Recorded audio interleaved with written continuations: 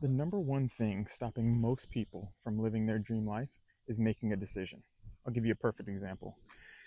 In my football career, I was a backup throughout most of high school. Ended up getting an opportunity to play Division III college football. For those of you who don't know, is the lowest level of collegiate football.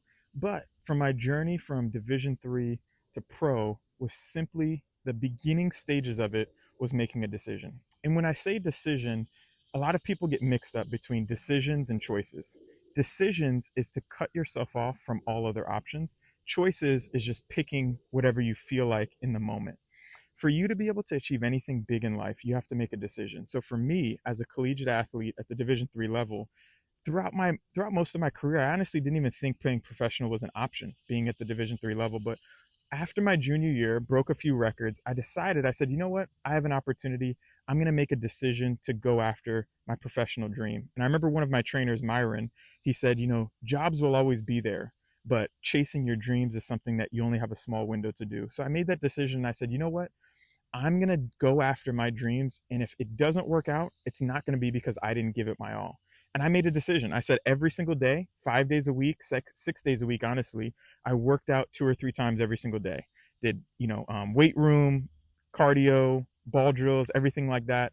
And from my junior year to my senior year, I ended up having another career year, my senior year of college, and ended up getting an opportunity to play in two bowl games, all-star games, and which I got to play against multiple Power 5 Division I players. And for those of you who don't know, that's like the Alabamas, you know, Oklahomas, Floridas of the world, was playing in games with guys that were on those teams. And I realized that by simply making a decision to go all in, that I was able to rise my level of competition. Even though I knew I had it in me, it was eye opening what a decision could do. And ultimately, for those of you, I was able to actually play in Canada for, a mini camp, play a little bit of arena football. I never ended up making it to the NFL, but the power of a decision is crucial.